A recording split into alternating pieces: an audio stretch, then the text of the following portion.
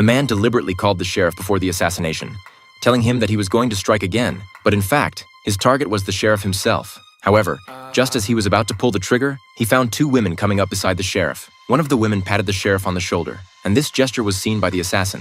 He speculated that the woman might be the sheriff's wife, so he said a sentence to the sheriff. Judging from the sheriff's reaction, the assassin had guessed correctly. But before he could get to his wife, the assassin pulled the trigger first. The scene instantly descended into chaos, and this was the assassin's revenge on the sheriff. His wife died in his arms, which undoubtedly dealt a huge blow to him.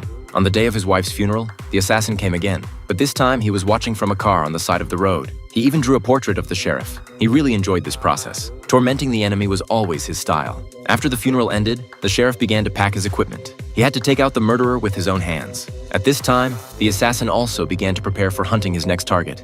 He never imagined that the sheriff had already set his sights on him. When the sheriff returned to the police station and analyzed the painting the assassin left at the crime scene, he accidentally discovered the assassin's next hunting target hidden inside. So the sheriff took action immediately, rushing to the location of the assassin's next target. This time, the assassin's target turned out to be the local director of city planning. The sheriff quickly reported the situation to his superiors, requesting they dispatch armed forces for support. The assassin had already appeared in the vicinity of the target. He took out a weapon from the trunk. Soon after, a large number of armed forces arrived at the entrance of the federal court where the director was about to appear. Everyone thought the assassin would definitely give up on this operation. But unexpectedly, the assassin appeared in a place they couldn't imagine. Then he took out a fixed rod from his bag, wedging it between the two handrails of the train door. He also started the hacked program. The train doors opened automatically. At the same time, the target director's motorcade had also appeared at the entrance of the court. The assassin opened the box. Inside was actually a rocket launcher. The assassin installed the ammunition, using the horizontal bar just now to fix it in place to prevent shaking. Waiting for the vehicle to approach, he resolutely fired.